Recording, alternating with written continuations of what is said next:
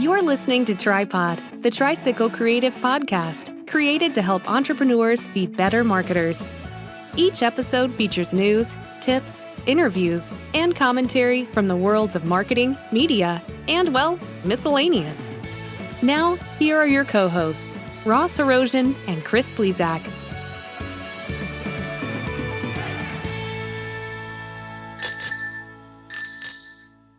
Tripod, it's episode 1. This is the Tricycle Creative Podcast, where we talk about music, media, and the ever-popular miscellaneous. I am Ross Erosion, and I am here with my co-host, Chris Slezak.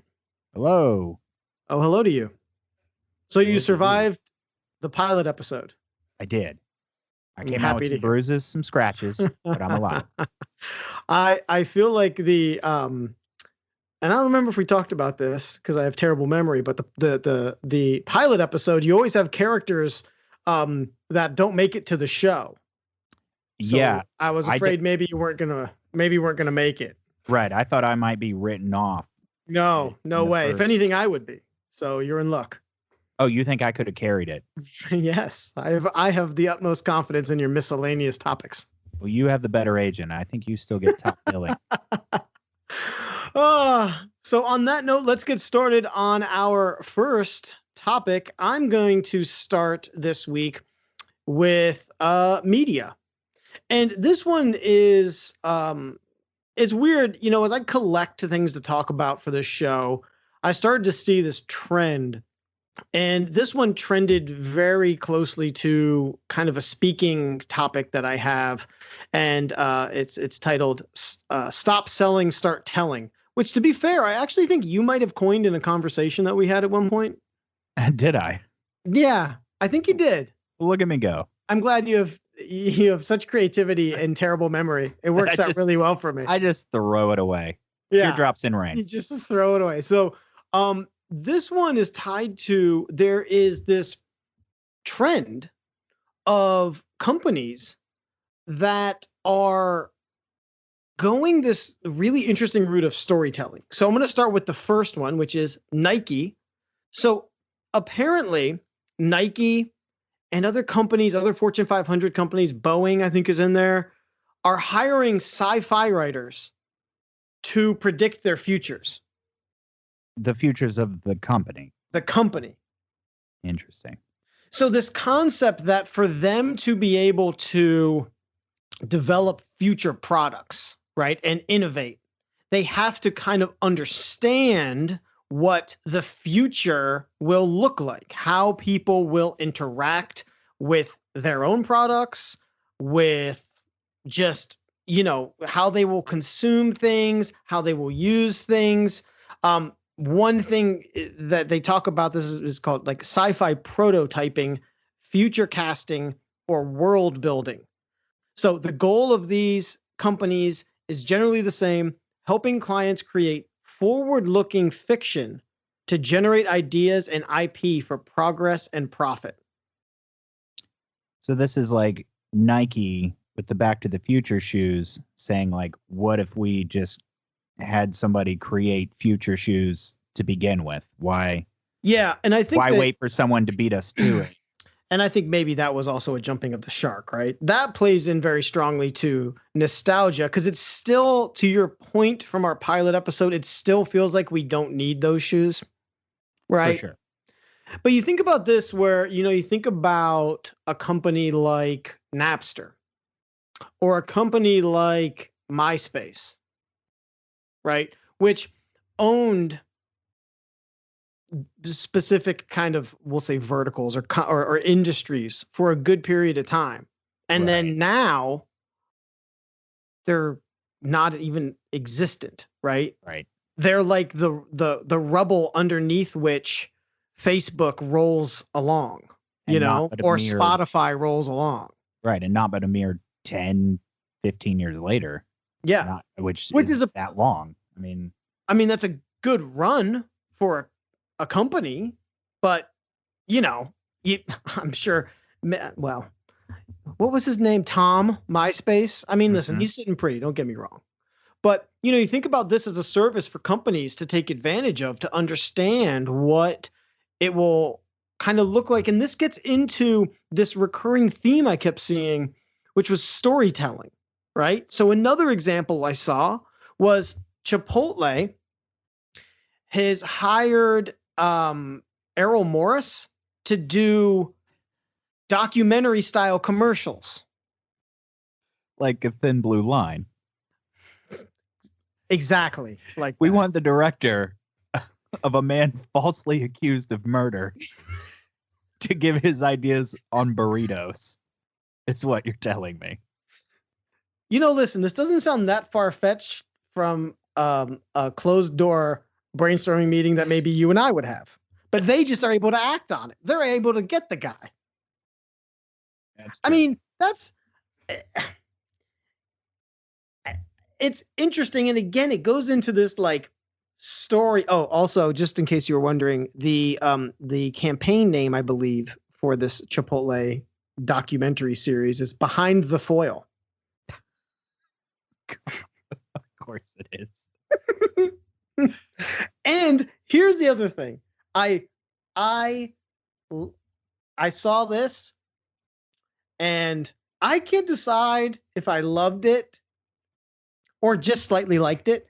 Chipotle ran a 2-hour live feed on its Facebook page from one of their kitchens. So fans, this is what they said, I believe. Fans could watch their employees chop peppers and onions, stir ingredients, and so on. Does that not seem boring? Boring, but also, I mean, that's like, is that not degrading? A little bit. Yeah. Stir that guacamole and then deliver it to my door via favor. Yeah. Should they just have like start to finish? You know, I can order Chipotle and watch as it's being made and then delivered to my house right up until it hits my door. I'm watching this guy the whole time. So I got my own quality control on this guy. So my pitch here would be, because you always hear, oh, you don't want to see how the sausage is made, that like Jimmy Dean does this so you can see how the sausage is made. Is that not? I just came up with that. That's a brilliant. If they go organic and do some sort of organic thing, that is the move. See how the sausage is made, and they do a documentary on it. That's the name of the channel you're saying. It's just called How the Sausage is Made. The Jimmy Dean story. The Jimmy Dean story. Probably still pretty traumatic. From the people who brought you Making a Murderer comes How the Sausage is Made. From the people who brought you Wormwood on Netflix comes... I just started watching Russian Doll too. So the people who brought you Russian Doll. The 4th season of Serial presented by General Mills. Yeah, God. Well, it's got to be better than at least the 2nd series of Serial. I mean, can we? Says the guy who is 2 episodes into a podcast. There's an arrogance there that you know what, I just need to own, and I apologize to the. I'm curious. So, do you have any other examples of actual? Yes. Of this like future planning, whatever. Again, this kind of. It's weird, man. It's like these I don't know, things start to kind of gravitate together. So the third one I had was Hennessy hired Ridley Scott to do I'm using air quotes here, visually rich short film that's reminiscent of his sci-fi masterpieces. Now, if people out there who are just hearing about this will be in the show notes, on the show notes, tricycle-creative/tripod. I know you had a chance to watch some of it. I'm eager to. I watched it. Now, it absolutely was the most unrelated thing to Hennessy I could have imagined. I mean, the video looked like, I thought it was maybe a trailer for the new remake of Dune. Yeah. It looked like they were mining for spice on some desert planet. Yeah. And I don't like the whole 4-minute long excursion. I'm like, what does this have to do with liquor? But did it make Thirsty. No. I meant thirsty, like sexy thirsty. Oh, yes. Very Okay. much so. When I saw the giant naked gold golems waving to the spoiler workers alert. below. Jeez Louise. It's okay. Sorry, that's part 2 of 7, by the way. It is part 2 of 7. In a 4-minute video that has 7 parts. 3 of which I thought, okay, these seem like maybe they're ingredients in Hennessy. And then it started to lose me. Because part 7, I believe, is called Infinite Echo, which I don't understand how that ties in. That's in to a Hennessy. bottle of liquor at all. I looked. It's in there. Oh, it is in there? That's the ingredient. I'm looking it up right now, actually. So it's in there. Yeah, the very honest part of me says I would love to be a company that can make that series. Right. Right. Right. First of all, to have the money to just throw at Ridley Scott to be like, hey, you got a 4-minute video in you? Not even an unknown sci-fi guy. Like arguably one of the biggest sci-fi guys alive. Maybe even the biggest. Right. It's more than just having Matthew McConaughey on a beach being like, hey, I like this drink. You should drink it too. I've seen that car before. Yeah. Right. Yeah. I mean, he had to, I assume, work and shell out money for all of this. Yeah. But to me, what's interesting. He contacted them. No. I had to ask. I don't think so at all.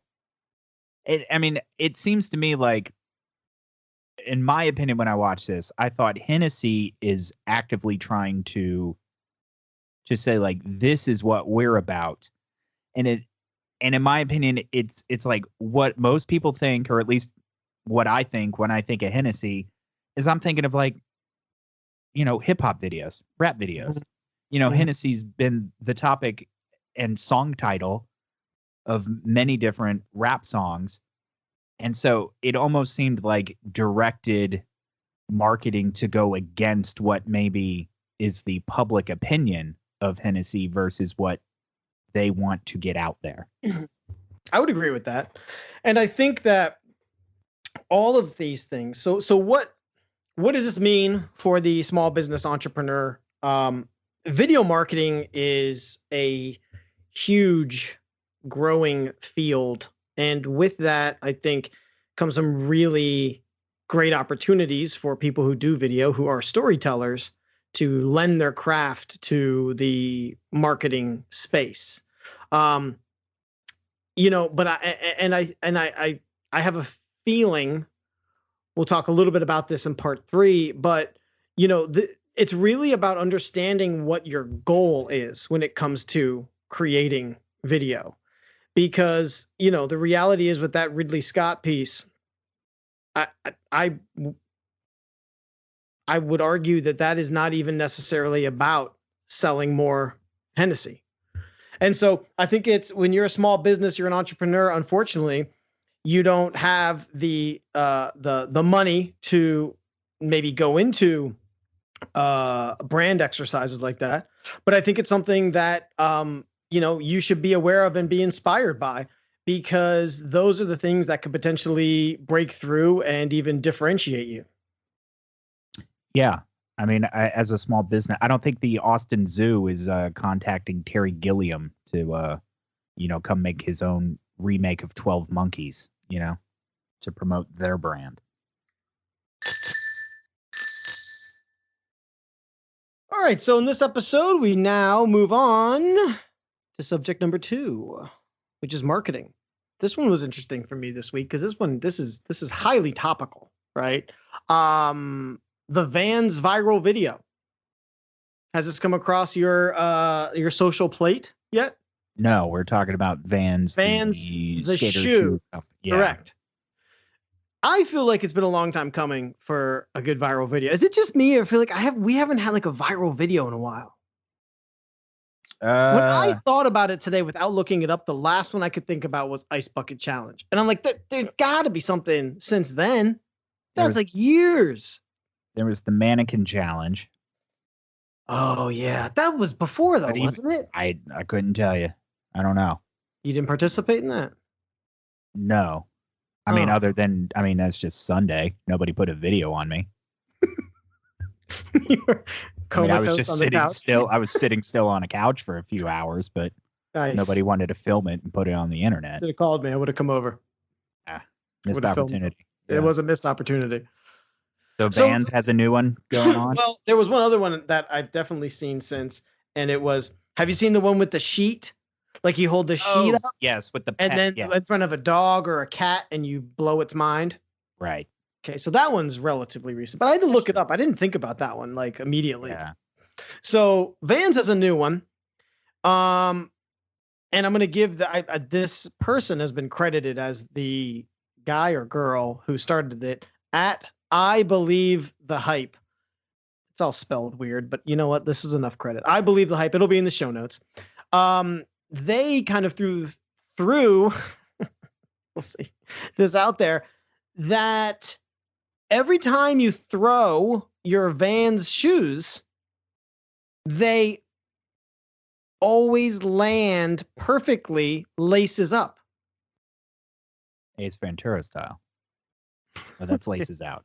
That's different. That's more, yeah, that's different. Laces up, not laces out. There is no dolphins were hurt in the making of this viral video. Now I'm Vans already has nothing to do with this as far as I know, but this is kind of the beauty about some of these. Like this is a branded viral video.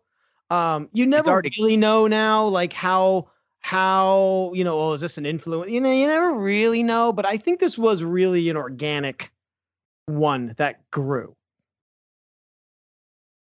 I'm curious already. So I'm already like, no way. In preparation, this is going to be, I don't know, maybe for the gram at some point, but I have a pair of Vans right here beside me. Oh, we gotta throw them. Throw one right now. I'm gonna throw one. Okay, I'm gonna. Don't yell at me. Sorry, I got eager. Okay, I'm gonna record this in 4K, 4,000 Ks, or four. It's a yeah. Hold on. Okay, I gotta get away from the mic a little bit, but you'll probably still be able to hear me. All right, okay. There's a play-by-play. I'm currently holding 2 Vans shoes in my hand. I'm gonna throw them. They literally both landed laces down. So myth busted is what you're telling me. Myth busted. What the hell? I wanted that to work, and I didn't try it before doing this. This is one of those, maybe you do prep or you just live in the moment. What the hell? I feel like I've gypped our listeners that this wasn't even useful. So what does that mean? I mean, have you watched any other? Some of them are pretty amazing. Now, let me also say, though, these shoes are the ones without laces. So maybe this is actually not. Well, how are you going to land laces up if there's no laces? Listen, it has a sole on the bottom, but maybe this isn't the best test because they're the slip-ons. This is a bogus test. I've seen some of the videos. They're quite impressive. Have any of them failed?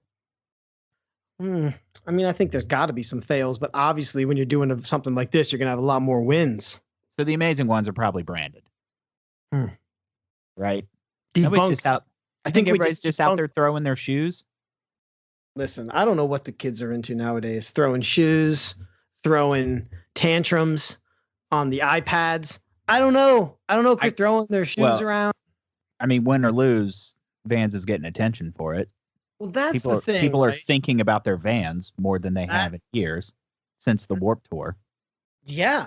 And I think that is where, that's the essence of a good viral video, right? I remember years ago when video marketing, when video got to a point where it was scalable enough and that more of the masses could do it. Does that make sense? Like, okay, right. You can finally now start to stream video on a phone, right? That's really when you started to see video production and video marketing go up. maybe you had your flip cam.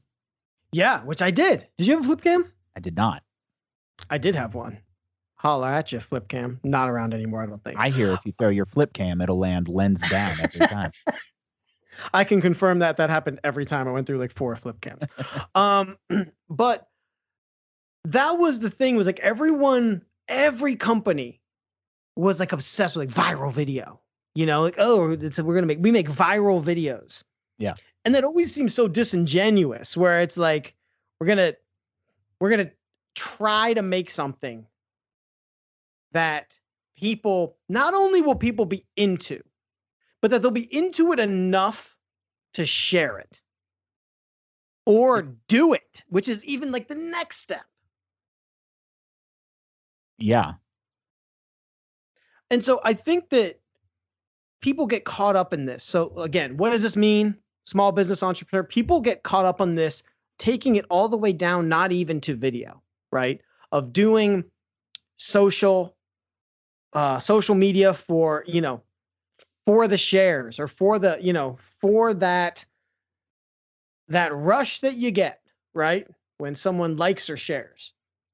And at its most extreme, it's with attempted viral video. And there's nothing sadder than a viral video that doesn't go viral. Yeah. And people think you can force it, and you really can't. It really is an organic thing and has to be a perfect storm to catch on. I think it has so much to do with tapping in and understanding your customers and your prospective customers. And you have to go through that exercise to talk to kind of both of them, right? And understand like what the hell is it that they're into. We've talked multiple times, conveniently enough, about like the Back to the Future Nike shoes, right? A huge way to tap into this is with nostalgia. I was torn on like, nostalgia is such a powerful marketing thing. Tapping into your customers' nostalgia and figuring out a way that you also embrace it, like with your brand or with what you're doing. Is that not somewhat the complete opposite of part one, with hiring futurists to, are we pre-predicting nostalgia now? Is that what's happening? I mean, I think it's kind of just, it's just opposite sides of the spectrum. I think when we're talking about part one, where you're future casting, right? You're talking about,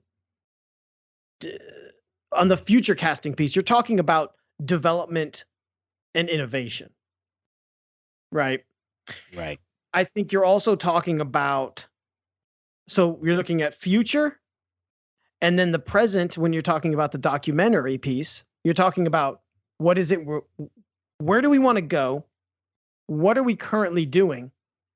And then now what we're talking about is, well, where have our customers been in their journey of, in their life? Like, where have they been that they have connected to that? Because it's going to be harder to get people to connect to something 3, 5, 10, 20 years down the line.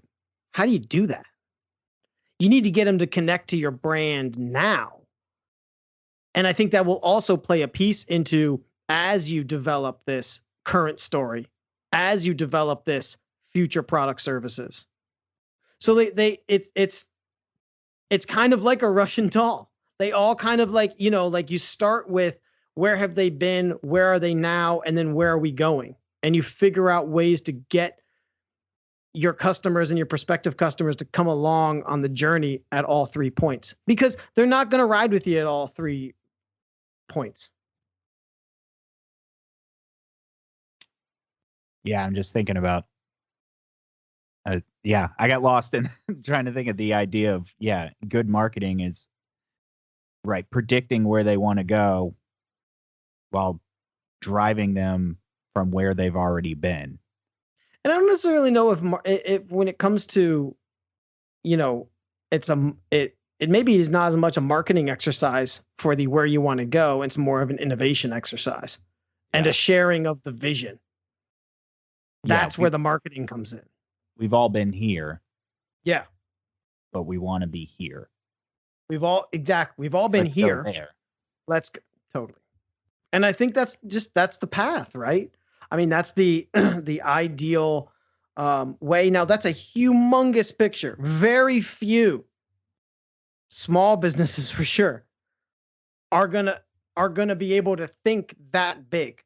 But you know what? Like, that's the purpose of just having these conversations and talking about it, because it's about understanding, where can you go? What are the options? So it's not to say that if you're hearing this, like, oh my God, I don't even know what the hell I'm doing now. That's all right. This is talking about just ideation. You know, where are some ways, what are some things, and what are some marketing concepts that you can think about and run with. Right. And the beauty of having a small business is that you are currently creating that where have we been together with your customers currently. Yeah. What you're doing now will soon be in the future where you all have been together in the past. Where we'll all have shoes controlled by apps. Right. And I'm pretty sure I just described time as if nobody knew how time worked. How does time work? Question. Time. You're welcome. Okay. Look in the show notes. We'll talk about time.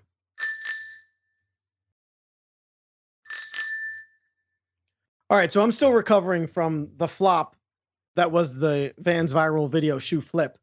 So, you know what? I'm going to hand it off to you now to tee up the miscellaneous topic for this episode. All right. So my miscellaneous topic actually ties in nicely, almost as if we planned it, which we didn't, I swear. We don't plan. With your part one of new campaigns, of new advertising, sort of developing a story as opposed to being product driven. The advertising is story driven. This one focuses on a Nordstrom ad that I saw a week ago. That I don't know. I was at home in bed watching something on Hulu, and this ad comes, and it's a 2-minute long ad, and it immediately sucks me in. Like, it's a real interesting ad of these people. I don't know, it started off with like a theater troupe doing some exercises, and then it's kids on a bike, and it just goes on. It's interesting, just characters, and I don't know, one of those abstract ads where it's not really saying anything, but it's got a consistent voiceover going through it. And yet for the whole 2 minutes, I'm just going, what is this going to be? Because the advertising was so abstract that it could have been anything. You know, it could have been a PSA for something.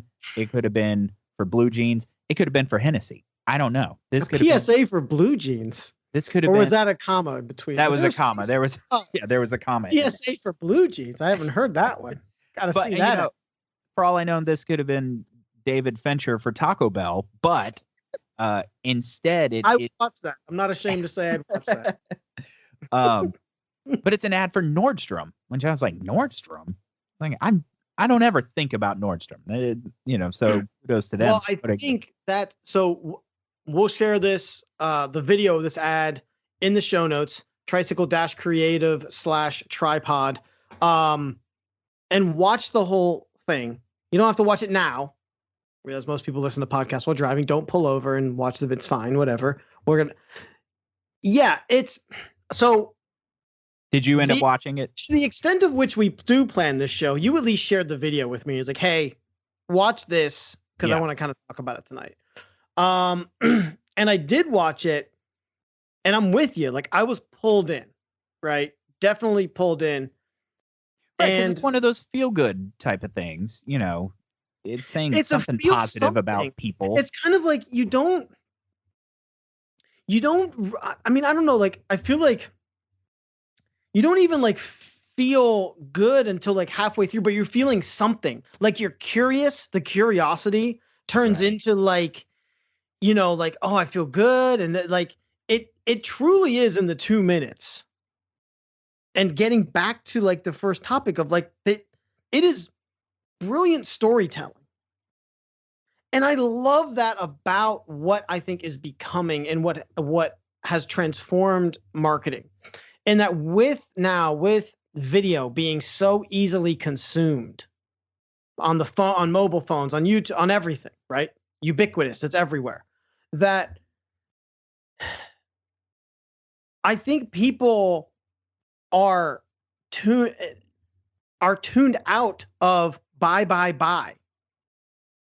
Like, that's not working as much. And here's the thing of why Nordstrom would go this route. Let's be honest, even if Nordstrom were to go buy, the call to action is to buy something, Nordstrom has no chance against the monster that is Amazon when it comes to price. Yeah. That's what's kind of become the interesting thing with a lot of these bigger brands, where there's a monster in the market that, let's be real, they probably can't compete with, particularly if it's brick and mortar versus online. And so they're now going to in a direction to try and connect with people in a more meaningful way. And this sounds crazy. We're talking about we're talking about marketing, but we've never been through something like this, where it's like you have all these people and these opportunities for them to, really tell brand stories. Well, and as we're sitting here discussing it, I think my opinion of the ad and its effectiveness has changed. I think I shared this ad with you maybe a week ago. It may have been 2 weeks ago at this point. And the initial reason I wanted to bring it up was because my point was going to say, why have a good ad if you can't even associate who it's with, right? Like, the fact that I'm watching this for 2 minutes and couldn't guess who it was going to be for, other than having seen it, it had no ties in my mind to Nordstrom. Yeah. I had no idea it had to deal with a department store. So I'm like, well, how is this effective if it's not showing the product? Yeah. But then I'm sitting here realizing 2 weeks later, I'm still talking about it, and now we're discussing it in depth. And conversely, if that had said men's cardigans, $8.99, you're right. Would you be remembering that 2 weeks later? No, and that would have cheapened the effect of everything. It definitely would have. If that would have been if when you go online, listener, and watch this video and think about at the end, if it was to try to sell you cardigans, you'll be mad. Like a cardigan from the guy riding the bike 30 seconds in, and that's it. And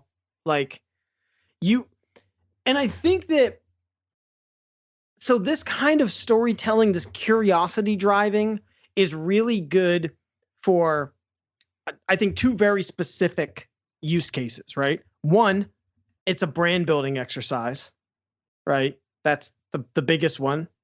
And then two, I think it's also really well utilized if it's a launch. So if you're launching something and there's a curiosity there to be like, I wonder what that kind of is more about. Right, which I do believe this is the first of their new direction that they're going. The CMO of Nordstrom was saying about the ad that they hope to that the ideas will inspire emotional connection with new customers and engage those we already know. So this is the first in a series I think they're planning on launching with this whole campaign of connectedness and curiosity and exploration. And I guess they're really trying to position themselves, in that direction as a company. So we do this show out of Austin, Texas, and we have a Nordstrom here, but it doesn't see it, because Nordstrom is a giant brand in there. You could probably argue in most cities, probably around America, or a lot of cities around America.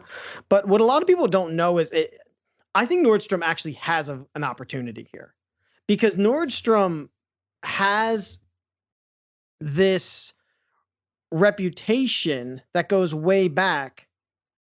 I'm looking like an ass if it's not Nordstrom, but I'm like 99% sure it is, where they had this relationship with their customers where they would take back anything. And I believe this goes back to a story where someone brought like snow tires into Nordstrom and they took them. And Nordstrom didn't sell snow tires, but they took them because they believed in the customer experience. And I think that has to be a direction and a perspective that a lot of these brick and mortars who are struggling against the onlines, they have to embrace that. And they have to figure out ways to connect with their customers and not just say, oh, we have great customer service. Not just say it. It's not enough to say it anymore. You have to start showing it. Show, don't tell. Right. And at this point, shopping in person is super personal. Maybe it didn't used to feel like it, but now because it's not as frequent as it used to be, you do have to have that positive interactive experience because the option is to just do it on your phone in the car in the parking lot after you walk out of that store. Yeah. Which is an experience I can speak. I mean, I'll probably do that once a week. Stores. You go in. I do it actually a lot of times at Office Max. Like I buy things for the business and I'll go in and I'll get annoyed or I won't see it. Or I went into an Office Max the other day. I mean, literally with like cash in hand. Like I was basically fanning it out in front of my face and like cooling myself off with money, like just I couldn't falling have out of your been, trousers. I couldn't have had more of a shopping agenda than on that day where I went into that Office Max. And I recognize that this is difficult, right? But I was in the same aisle for probably like 10 or 15 minutes, like looking at external hard drives. And no one came up to me and I couldn't find anyone. And I was finally like, all right, we played the game. The game has been played. I will now go on Amazon. You gave him a chance. I don't know.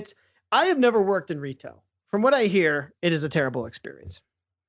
But I think that it's important, and I also think it's an opportunity now that this is how, you start to differentiate where shopping in person does become, to your point, more of a meaningful experience. And how do you figure out ways to do that? And how do you figure out ways to tell people that that's what it is? Because shopping on Amazon is a pretty cold experience. Yeah. Sterile. And, also to Nordstrom's credit, Amazon doesn't have a whole lot of good PR right now when it comes to person interaction. And so for Nordstrom to have an entire campaign based around personal interaction. Yeah. I think that could be a smart way to go. Thanks for listening to Tripod. For show notes and bonus content, go to tricycle-creative.com/tripod. Connect with Tricycle Creative on Facebook and Instagram at Hello Tricycle. Connect with Ross at Ross Hero. Connect with Chris on Instagram at Ruthless Chris Steakhouse.